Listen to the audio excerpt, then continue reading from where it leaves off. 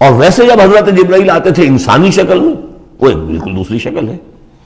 وہ تو یہ کہ حضرت داہیہ کلبی جو ہیں رضی اللہ تعالیٰ عنہ، وہ بہت حسین صحابہ میں سے بہت صحیح حسین انسان تھے، ان کی شکل میں بالعموم ان کی صورت میں حضرت جبرائیل آتے تھے، لیکن وہ وحی نہیں شمار ہوتی۔ ہم نے سننا وہ حدیث جس میں جبرائیل آئے اور حضور نے فرمایا جبریل تھے جو تمہیں تمہارا دین سکھانے آئے تھے، لیکن وہ قرآن میں نہیں ہے، سننا ہے، قرآن نہیں ہے۔ البتہ یہ کہ حضرت جبرائیل کو ان کی اصل ملک کی شکل میں حضور نے اپنی ان آنکھوں سے 2 مرتبہ دیکھا ہے۔ ایک مرتبہ بالکل آغاز میں، جبکہ حضرت جبرائیل جو ہیں ایسے ظاہر ہوئے، حضور اتر رہے تھے غار حرا سے، جبل نور سے، تو آپ کو آواز آئی یا محمد۔ یہ پہلی وحی کے بعد جو فترت ہوئی ہے، کچھ عرصے کے لیے وحی رکی رہی، اس وقت واقعہ پیش آیا۔ آپ نے سامنے دیکھا، پیچھے دیکھا، کوئی نہیں، نظر کوئی نہیں آیا۔ پھر تھوڑی دیر آپ چلے گئے، شاید مجھے کوئی دھوکہ لگا ہے، ایسی میں نے سنا ہے، کوئی آواز نہیں تھی۔ پھر آیا یا محمد، پھر دیکھا 2-3 مرتبہ کوئی نظر نہیں آیا، تو کچھ خوف سا محسوس ہوا۔ تیسری مرتبہ یا محمد، تو اچانک حضور کی نگاہ اوپر اٹھی، تو حضرت جبرائیل فرشتے کی جو اصل شکل ہے اس میں وہ تھے افق پر، اور پورا افق بھرا ہوا تھا اس سے۔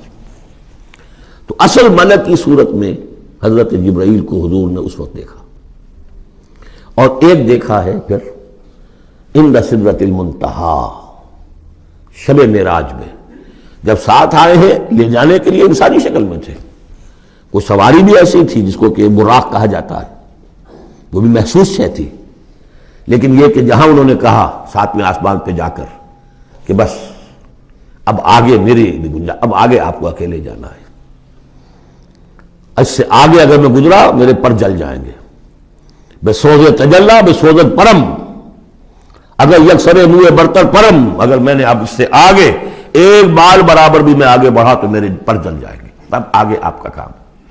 اس وقت بھی وہ ان کی اصل شکل میں ظاہر ہوئی حضرت جبرائیل علیہ السلام۔ یہ بات اس لیے ضروری ہے کہ جیسے محدثین جو ہیں وہ اس کی تحقیق کرتے ہیں کہ حضور سے کس نے سنا، اس سے جو روایت کر رہا ہے کہ میں نے اس صحابی سے سنا جو تابعی ہے، آیا ان کی ملاقات بھی ثابت ہے کہ نہیں؟ تابعین کے طبقے کا ایک شخص وہ ہے کہ جس کی عمر ابھی 6 برس کی تھی کہ وہ صحابی فوت بھی ہو گئے، اور وہ کہہ رہا ہے میں نے ان سے سنا، تو پھر وہ حدیث جو ہے محدثین اس کو قبول نہیں کریں گے۔ وہ دیکھتے ہیں کہ لنک جو ہے مضبوط ہونا چاہیے، روایت ہے نا ان فلاں ان فلاں ان فلاں، حضور سے فلاں صحابی نے سنا، اس نے سنا، اس تابعی نے سنا، یہ لنک جو ہے یہ ملاقات ثابت ہونی چاہیے۔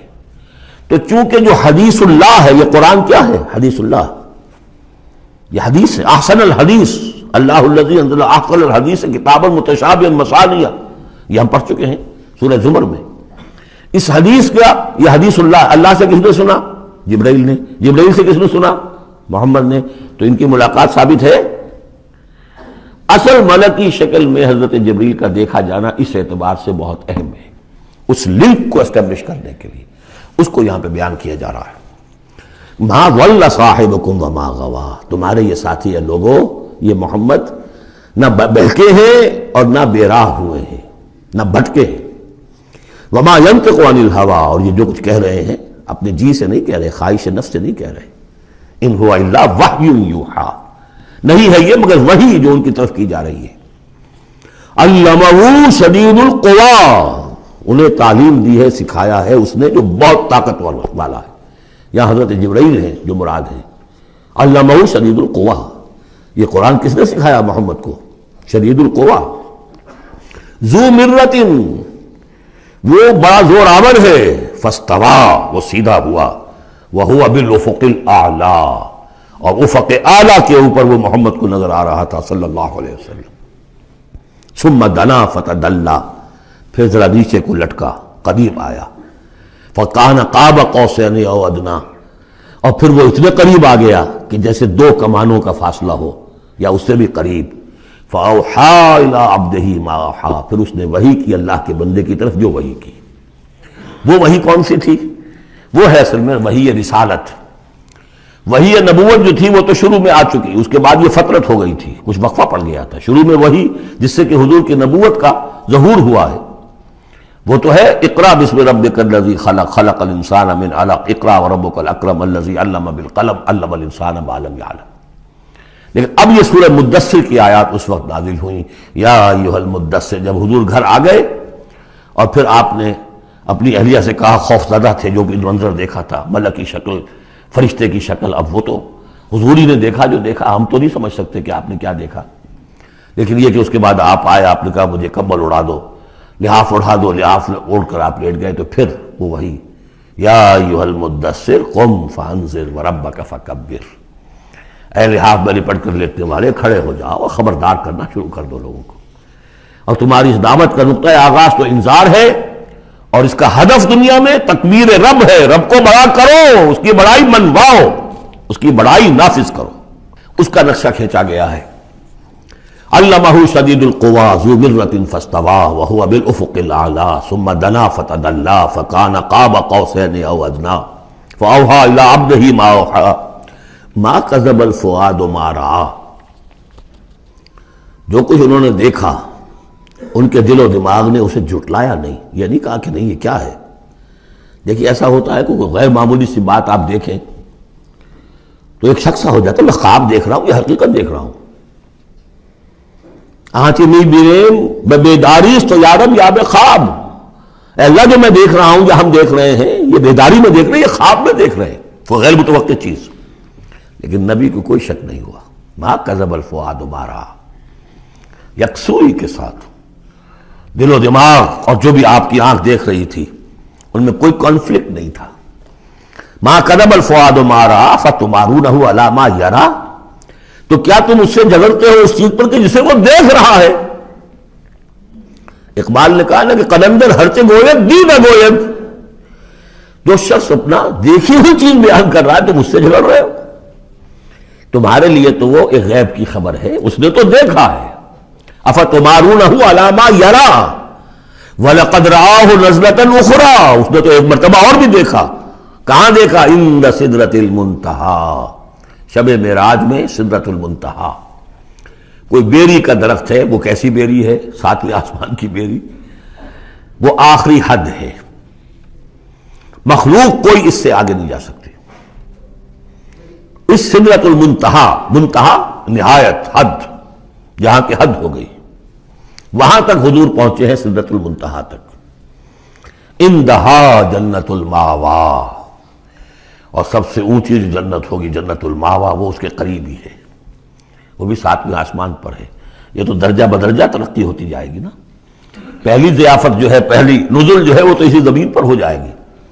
پھر جو ترقی ہوگی اپنے اپنے مدارج، اپنے اپنے مراتب، اپنے اپنے مقامات، اپنے اپنے ایمان کی گہرائی، اپنے اپنے اعمال صالحہ، اپنا اپنا انفاق مال و جان، اس کے حوالے سے درجے ہوں گے. اندہا جنت الماوا اذ یغشی السدرۃ ما یغشی، جبکہ ڈھانپے ہوئے تھا اس بیری کو جو ڈھانپے ہوئے تھا. اب تمہیں کیا بتائیں کیا ڈھانپے ہوئے تھا، تم نہیں سمجھ سکتے. دیکھیے کس طریقے سے اذ یغشی السدرۃ، کوئی انوار الہیہ کا کوئی ایسا نزول ہے وہاں جو زبان سے ادا نہیں ہو سکتا. کوئی الفاظ نہیں ہے کہ جو ان کی تعبیر کر سکے. اس پر انوار الہیہ کا کوئی نزول ہے. اذ یغشی السدرۃ ما یغشی، جبکہ چھایا ہوا تھا اس بیری کے اوپر جو چھایا ہوا تھا، جبکہ ڈھانپا ہوا تھا اس بیری کو جس نے ڈھانکا ہوا تھا. ما زاغ البصر وما طغی، نبی کی آنکھ اس وقت نہ کج ہوئی نہ حد سے بڑھی. یہ دو انتہائیں ہوتی ہیں. ایک تو یہ کہ آپ کسی انٹینس لائٹ کو فیس نہ کر سکے تو نگاہ ہٹائیں گے آپ، یا جھپک لیں گے، فیس نہیں کر سکتے اگر آپ میں ہمت نہیں، استعداد نہیں ہے. نبی کا ظرف اتنا تھا کہ ان انوار الہیہ کا براہ راست مشاہدہ کیا ہے، اور نگاہ آپ کو ادھر ادھر کرنے کی ضرورت پیش نہیں آئی. لیکن طغا ایک حد ادب بھی ہوتا ہے جس سے آگے انسان کو نہیں جانا چاہیے. نگاہ جو ہے اس نے بے ادبی کی روش بھی اختیار نہ کی. علامہ اقبال نے، واقعہ یہ کہ اس آیت کو میں نے سمجھا علامہ اقبال کے ایک شعر سے، اور اکثر و بیشتر لوگ نہیں سمجھ سکے اس آیت کو. ذوق و شوق کے نام سے جو ان کی نظم ہے بال جبریل میں، وہ میرے نزدیک ان کے شاعرانہ جو ان کی استعداد ہے اس میں بلند ترین نظم ہے. وہ جہاں تک پیغام ان کا جو ہے امت مسلمہ کے لیے، اس کے لیے ابلیس کی مجلس شورا، وہ کلائمیکس ہے، اور وہ ہے بھی ان کے آخری زمانے کی نظم ہے، سن 36 میں انہوں نے کہی ہے۔ اس کے بعد تو بیماری اتنے رہے ہیں، بہت کم اشعار کہے ہیں، لیکن اس میں ذوق و شوق میں ایک شعر ہے: عین وصال میں مجھے حوصلہ نظر نہ تھا، عین وصال میں مجھے حوصلہ نظر نہ تھا، گرچہ بہانہ جو رہی میری نگاہ بے ادب، میری نگاہ بے ادب بہانہ تلاش کرتی رہی کہ میں مشاہدہ براہ راست کروں، حالانکہ عین وصال ہے اس وقت، لیکن یہ کہ میرے اندر حوصلہ نہ تھا کہ میں حسن کا براہ راست مشاہدہ کر سکوں۔ عین وصال میں مجھے حوصلہ نظر نہ تھا، گرچہ بہانہ جو رہی میری نگاہ بے ادب۔ یہاں ان دونوں چیزوں کے برعکس بات ہے جو اقبال اپنے بارے میں کہہ رہا ہے۔ میں تو بے ادب بھی ہوں، اور میں تو چاہتا تھا کسی طریقے سے حد ادب سے تجاوز کر کے دیکھوں، لیکن میرے اندر تو حوصلہ نہیں تھا۔ محمد میں وہ حوصلہ تھا، دیکھا ہے، براہ راست دیکھا ہے، نگاہ جما کر دیکھا ہے، لیکن ایک حد سے تجاوز نہیں کیا، حد ادب کے اندر رہے۔ ما زاغ البصر وما طغى لقد رأى من آیات ربہ الکبریٰ، دیکھا انہوں نے اپنے رب کی عظیم ترین آیات کو۔ اب وہاں جا کر جو مشاہدہ ہوا ہے وہ تو اللہ کی عظیم ترین آیات کا ہے، اور اسی سے در حقیقت دلیل ہے ام المومنین حضرت عائشہ صدیقہ رضی اللہ تعالی عنہ اور حضرت عمر رضی اللہ تعالی عنہ کا جو قول ہے۔ شب معراج میں بھی حضور نے اللہ کو نہیں دیکھا، اللہ کی عظیم ترین آیات کو دیکھا، جو تجلی تھی اس وقت اللہ کی۔ حضرت عائشہ صدیقہ کا کہنا تو یہ ہے کہ نور لا یرا، وہ نور ہے، دیکھے کیسا جا سکتا ہے۔ بہرحال وہاں بھی قرآن جو کہہ رہا ہے وہ یہ نہیں کہہ رہا ہے کہ اللہ کو دیکھا، نہیں، جیسے کہ وہ جو شب معراج میں پہلا سفر کا حصہ تھا زمینی، مسجد حرام سے مسجد اقصی تک، سبحان الذی اسریٰ بعبدہ لیلا من المسجد الحرام الى المسجد الاقصی الذی بارکنا حولہ لنریہ من آیاتنا، وہاں پر بھی اللہ نے اپنی آیات کا مشاہدہ کرایا، لیکن وہ زمینی آیات ہیں اللہ کی، وہ برکات جو ہیں زمینی ہیں۔ یہ تجلی جو ہو رہی ہے یہ ہو رہی ہے اس سدرۃ المنتہا پر، آخری حد ہے، مخلوق کی آخری حد ہے، اس سے آگے کہیے حرم ہے، حریم ذات ہے اللہ کی، جس میں کسی غیر کا کوئی دخل ممکن نہیں۔